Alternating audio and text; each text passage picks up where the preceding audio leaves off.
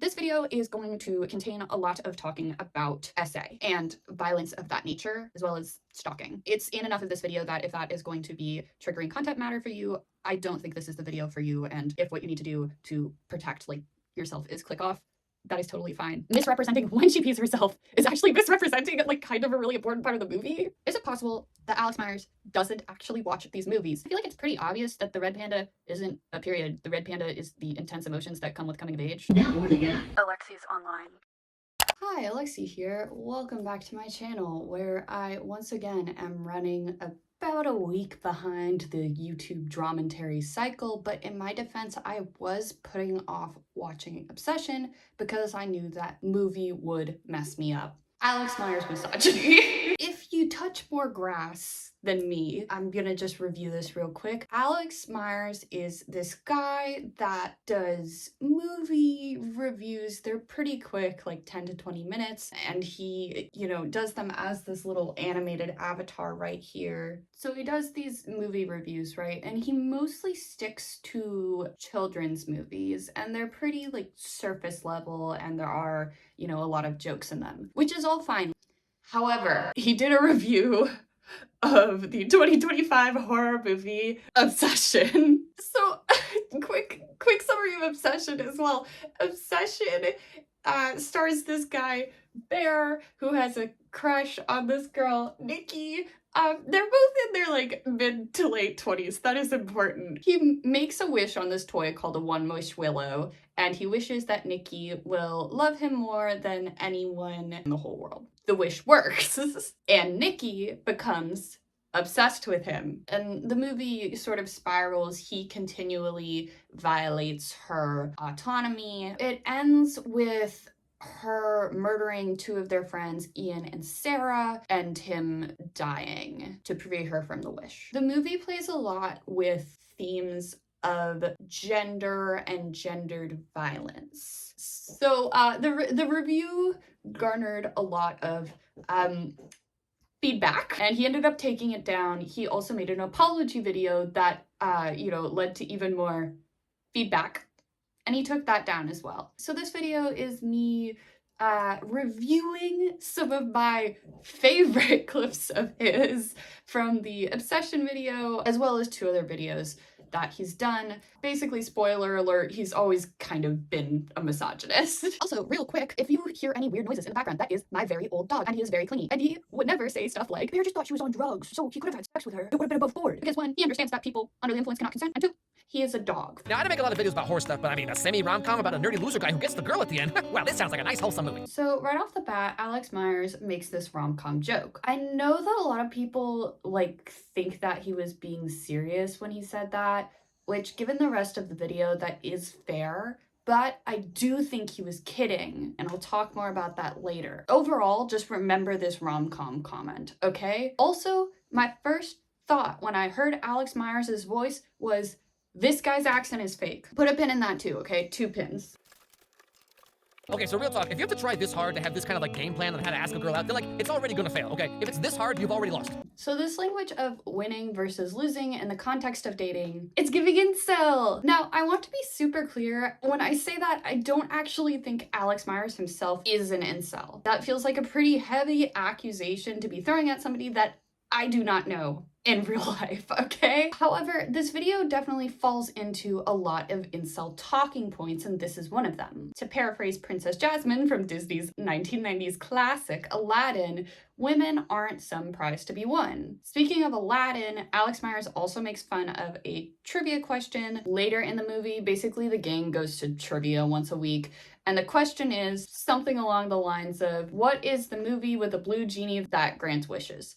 Which, as a zillennial born in the early aughts, I do think that this 90s movie being in the old movie trivia section is a little bit annoying. I hate to agree with Alex Meyers on anything, but at the same time, this is really great foreshadowing for the rest of Obsession. One of the rules of the wishes that the genie in Aladdin can't grant is wishes for someone to fall in love with you. But I guess Alex Meyers didn't pick up on that foreshadowing. Oh, no, crystal necklace, Bear. Get out while you still can. But then again, Nikki is a hot Latina, so one can only remain strong for so long. So I think in his apology video, Alex Meyers said that a Latino writer came up with the crazy Latina girlfriend jokes in his review. But even if they were written by a Latina woman, they come across very differently coming out of his mayonnaise-ass mouth. I've talked a bit about how the dialogue between Black characters in Euphoria is quite odd when you remember that a white guy wrote it. Like, Sam Levinson wants to say the N-word so bad, guys. This is kind of the other side of the same coin. And both sides of the coin are like a grimy nickel that you find at the bottom of your car that somehow has like gum on it, and you don't even like chew gum. It's a bad coin, okay? So here we get a look at who Nikki is. And she seems like she's kind of one of those girls who's like those like ballbuster types, you know? She's always like, ah, bitch, you can't handle all this. I've never met a guy who can keep up with me. And then they just lay there like SpongeBob. There's this scene in the movie right after Bear knows pretty much for sure that his wish worked, because he literally asks Nikki if she loves him more than anything in the whole world, and she says she does. And right afterwards, he still, in his view, has sex with her. But she's under the influence of the wish, so she can't consent.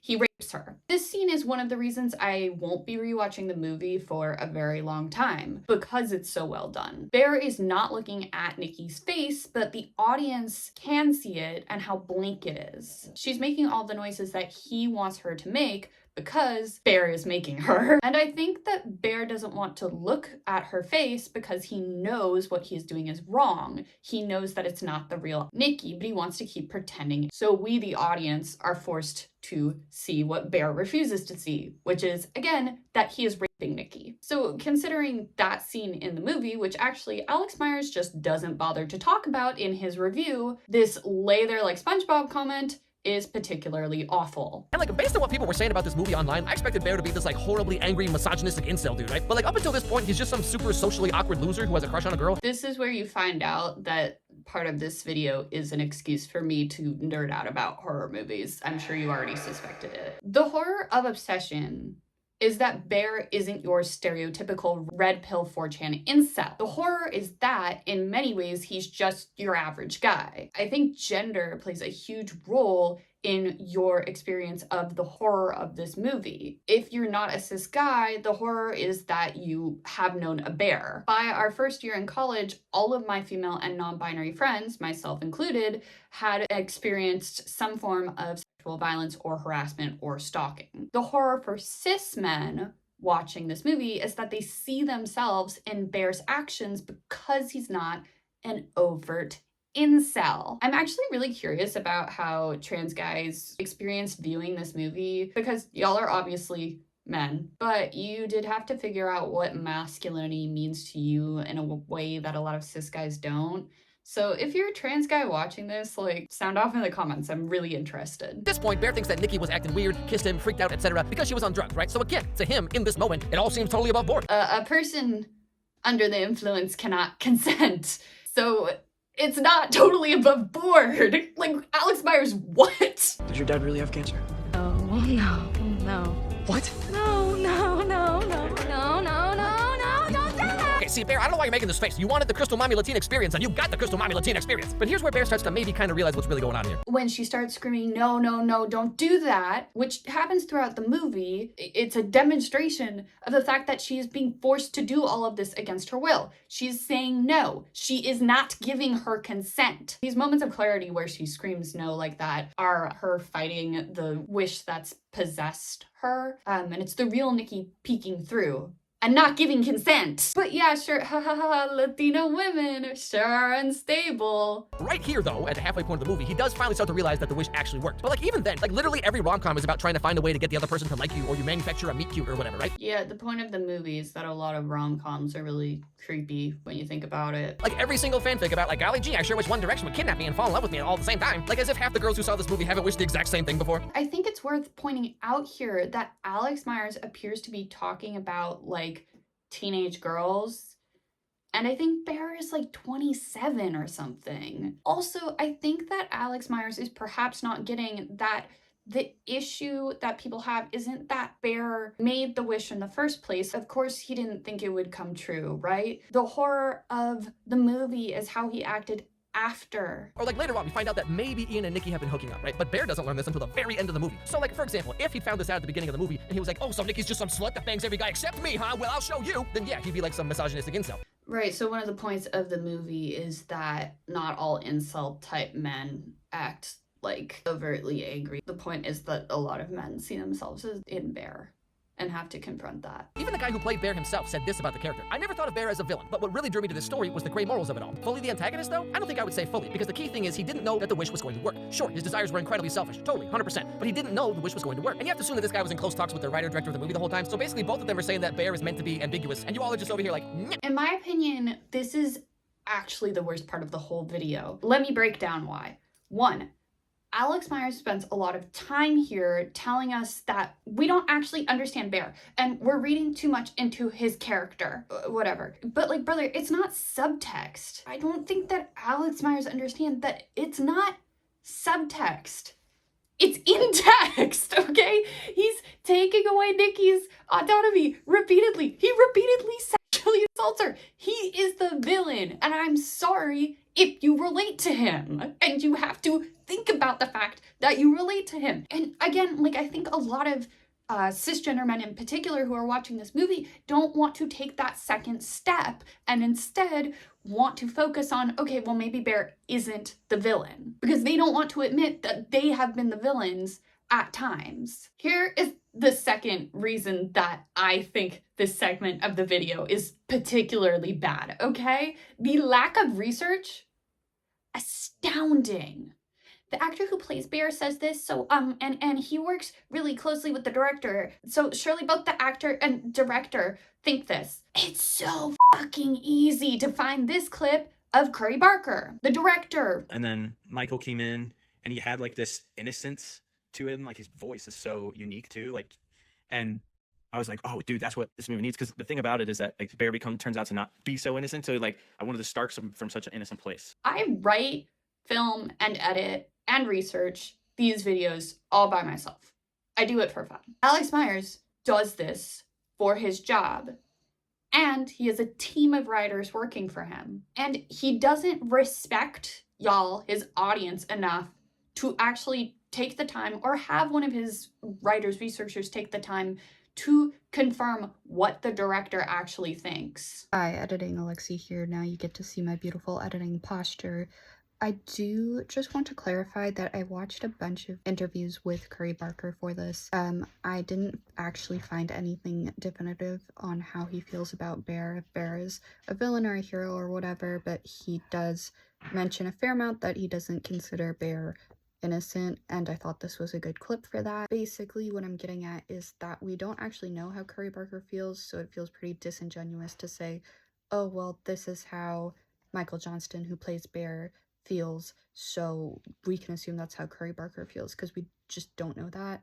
I also know an interview came out recently with Michael Johnston saying that he now does think that Bear is the villain, but that interview came out after Alex Meyers' video. I found this comment in a Reddit thread that puts it so perfectly, so I'm just gonna read part of it. And people who are chronically online or addicted to a piece of media aren't the most emotionally stable or media literate to begin with. So a lot of it comes from an emotional standpoint, hence the refusal to engage with the material in good faith and just making it say what they want the movie to say in an over-the-top, sanctimonious, dogmatic way. Right, I fear I'm media literate because I'm chronically online. As for the people engaging with this movie in the ways described in this post that Alex Meyers is citing here, they are engaging in good faith overall. They're not saying, oh, the movie's terrible because Bear is a rapist piece of shit. They're saying it's amazing because it explores that nice guy to rapist piece of shit pipeline. Also put another pin in that having the movie say what they want it to say comment.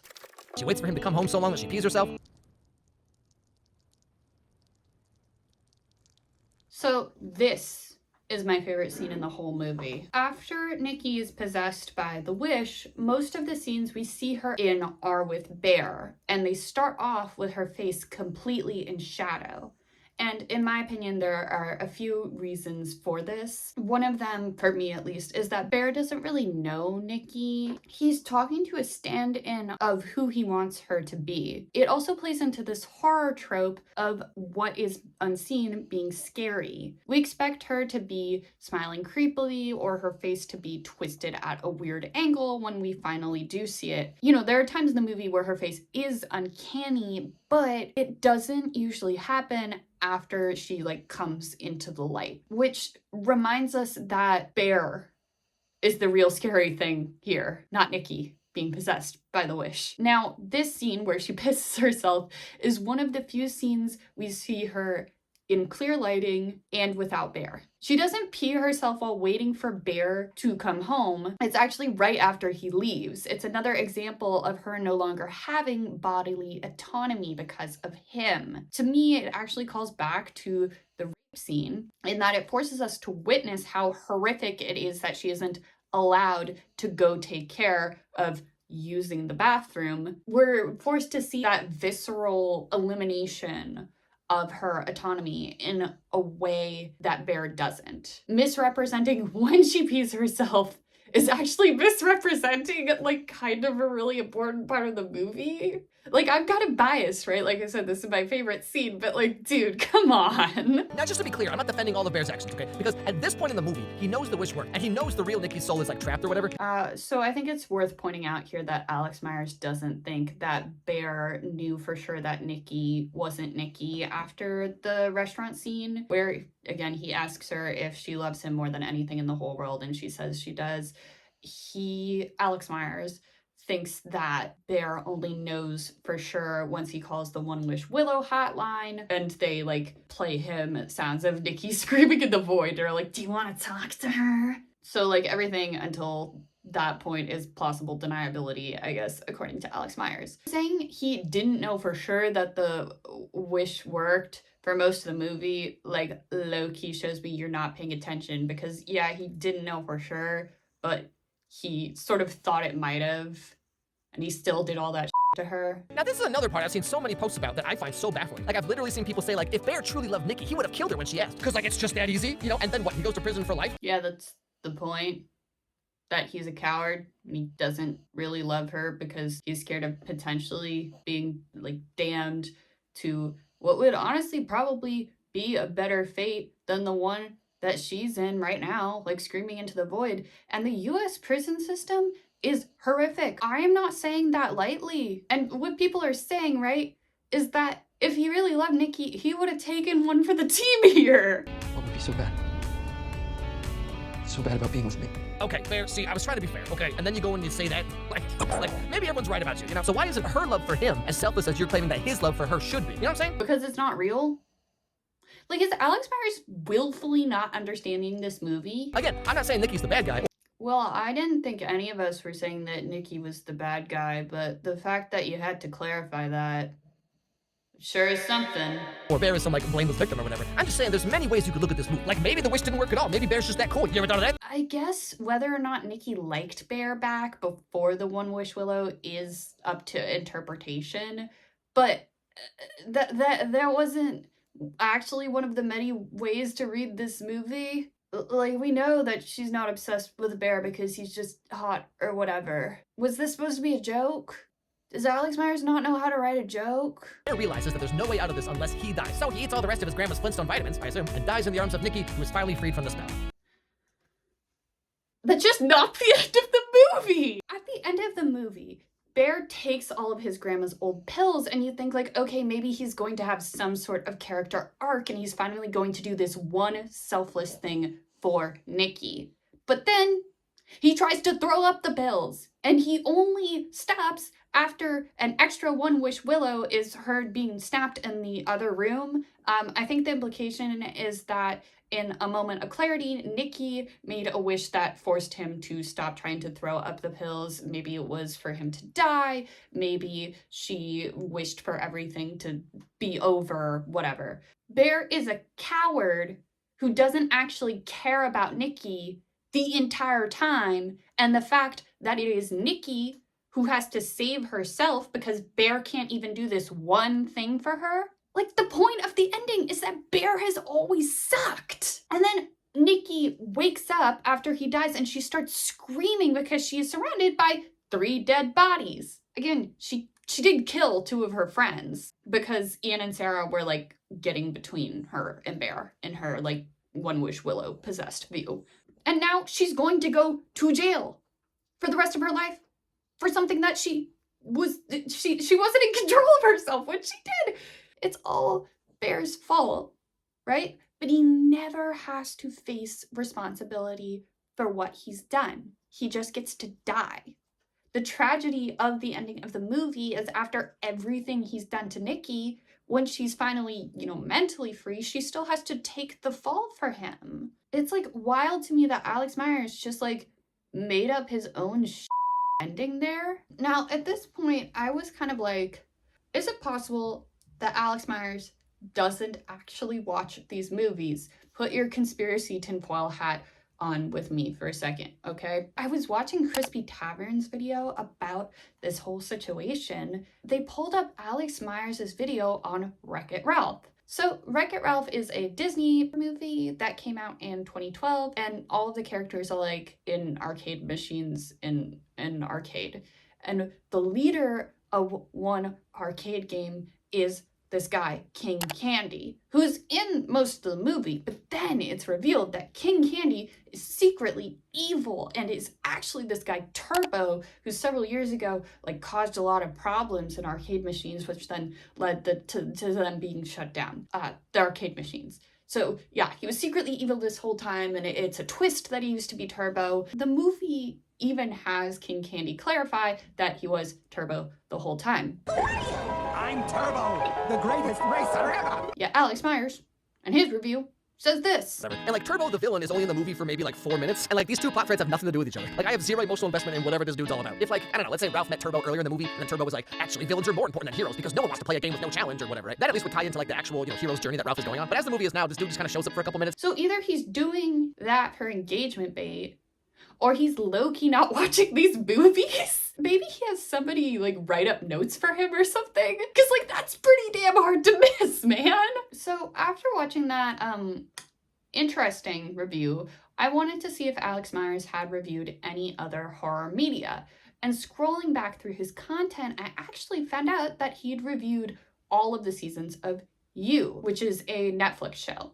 And since I was only familiar with the first season and sort of wanted to see what his reviews going back a few years were like, I decided to watch his review of the first season, which is actually just a review of the first episode, and it was posted, God, I think 7 years ago. Let me double check that. Okay, it was 7 years ago. So You is about this guy, Joe. That's him. And he meets this girl, Beck.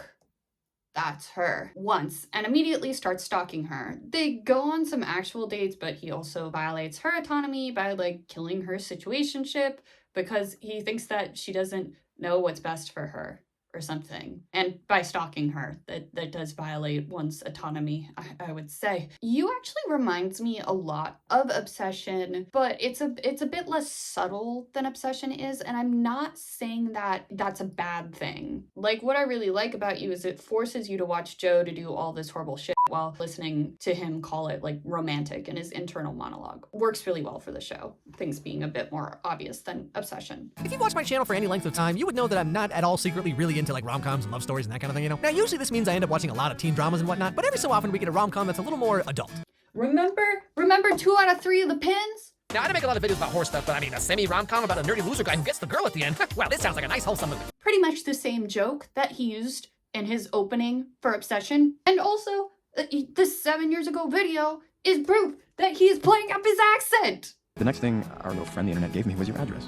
There it is. You're not making this easy for me, Joe. Fair, see, I was trying to be fair, okay? And then you go and you say that, like maybe everyone's right about you, Man, I should have had a 4th pin up there for that one. But seriously, like, why is Alex Meyers so excited to defend the horrible male protagonists whose entire deal is that they're irredeemable? Not even in a sexy way. Like, it's not like NBC Hannibal, or Interview with the Vampire. They're redeemable in a gross way, man. And this is stretching back 7 years. Up to now, we've seen Joe kind of flip back and forth from like super creepy stalker dude to heart of gold average Joe. Get it, Joe? So like I was never really sure what to make of him. Like, is he a flawed hero? Is he a humanized villain? You know, who is he? What's this show? That kind of thing. You know, I am cherry picking this so this video isn't like a bajillion hours long. Feel free to go watch the full review.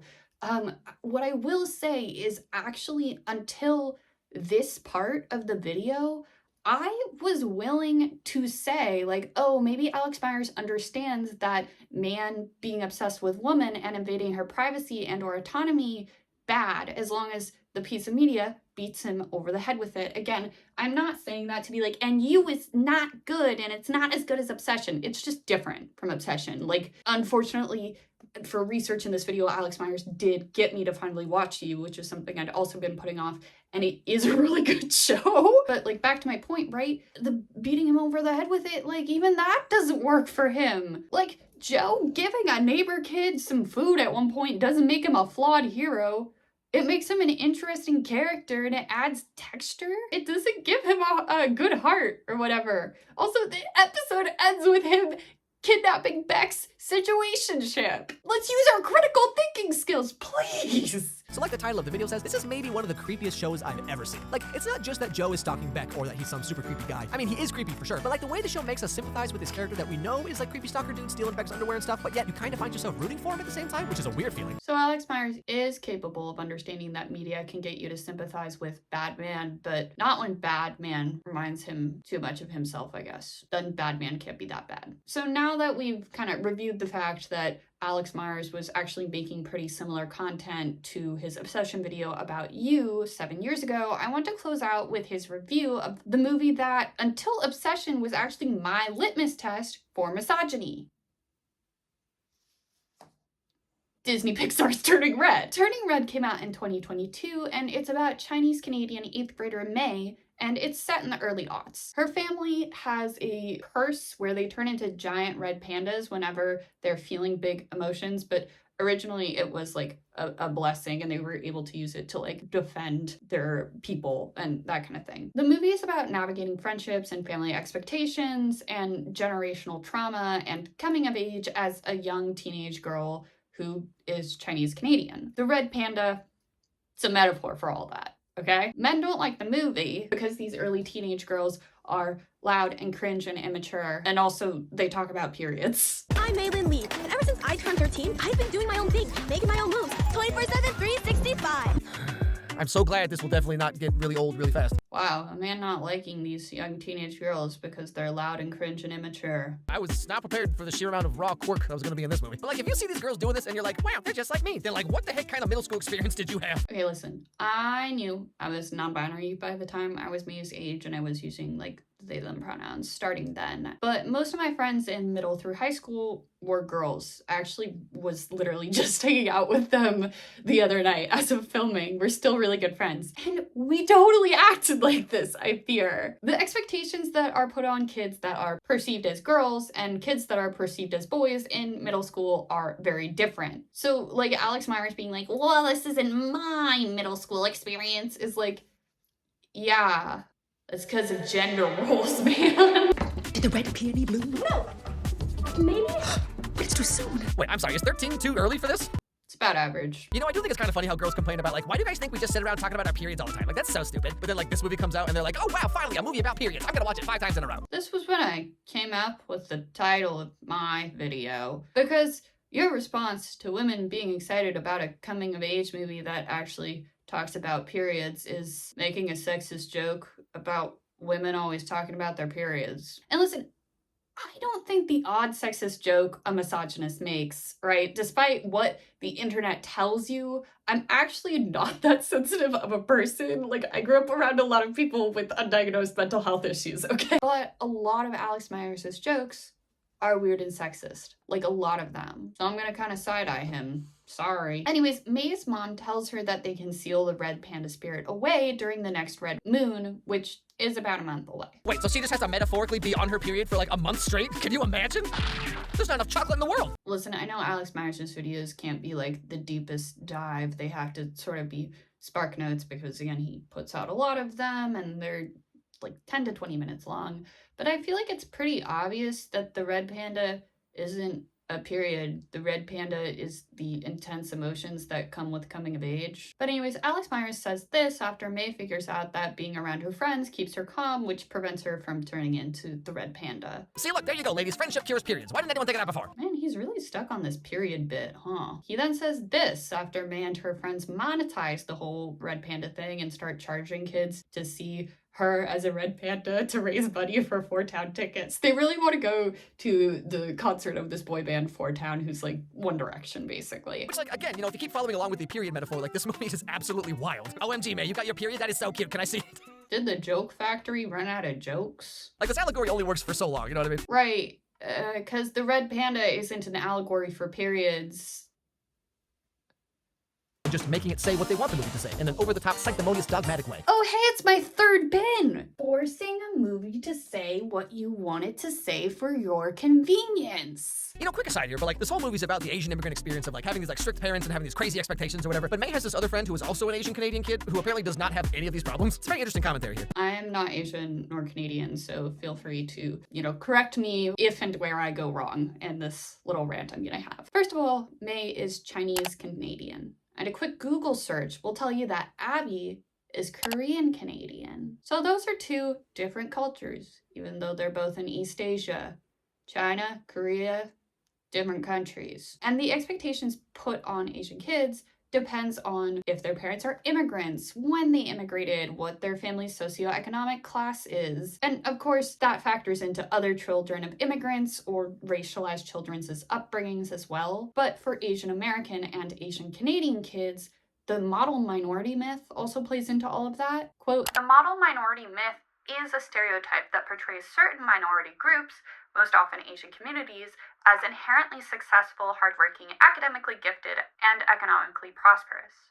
While it may appear positive on the surface, this myth is harmful because it reduces individuals to stereotypes, ignores structural inequalities, and pits minority groups against one another." All that to say, we don't actually know whether or not Abby feels pressured to become that model minority by her parents or her teachers or her peers. I mean, like, realistically, she does feel that by society, but we don't know if she feels that pressure on an individual relationship level. But I guess because she's also Asian, she should have the exact same experience as May. Also, Priya is Asian. Again, very quick Google search, she is Indian Canadian. But I guess because she's Southeast Asian, you're not gonna throw her into your overgeneralization. They all come together to put on the ritual and seal up May's panda and finally get her off her period. Dude, we're still on this?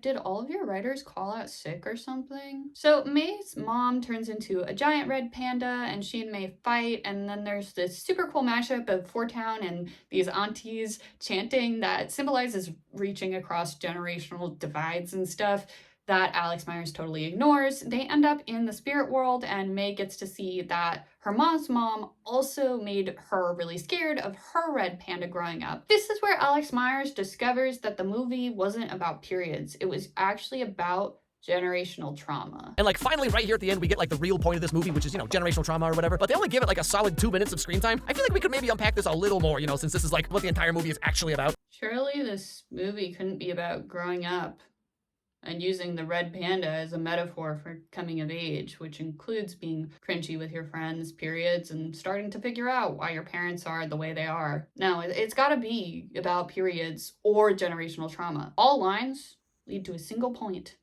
And that point is probably another period joke. Oh, hey, what's the title of Alex Meyers' video about turning red again?